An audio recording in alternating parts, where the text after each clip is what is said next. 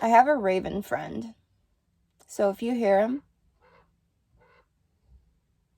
that's him. Shapeshifters we are, right? And we can go through vast amounts of pain and come out on the other side as fulfilled, content. I don't want to use the word happy because, I don't know, that's so ephemeral.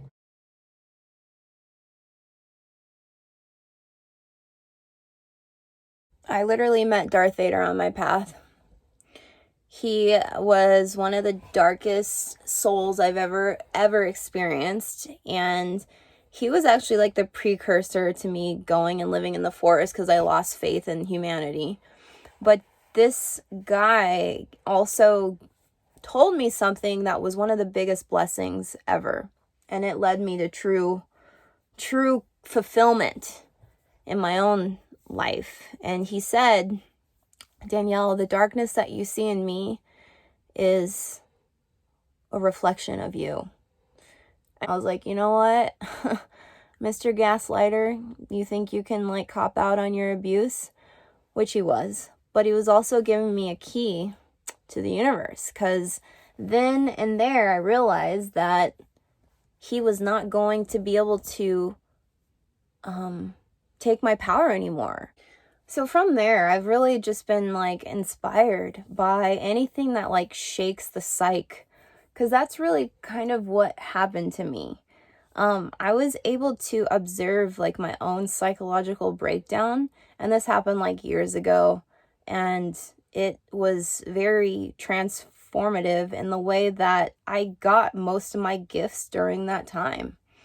And I use the term like shaking the psyche because what happens when we like stop lying to ourselves? What happens when the denial no longer works?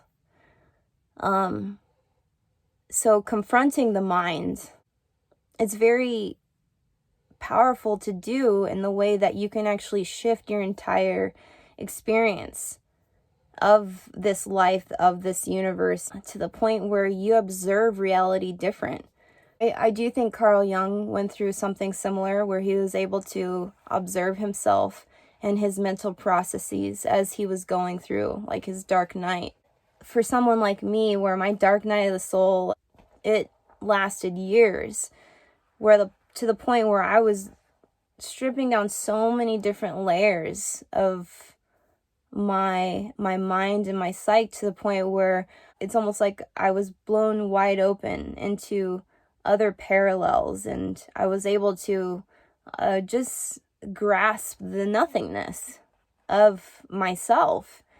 And that's, I felt, was a very humbling situation to be in. He also had the conclusion that once you really acknowledge like that pit of fear, it becomes and transforms and shapeshifts something so much more beautiful, something so much more expansive. And I love that once we're able to get strong enough to face ourselves, it really does give us, an outlet to a higher form or version of ourselves, and for me, it was the healer. I was very much almost designed in the way that my trauma was given to me. I was designed to be able to help others that are going through similar experiences and situations. And I think that's really what we're here for, is like once we truly individuate, that's when we can truly help others,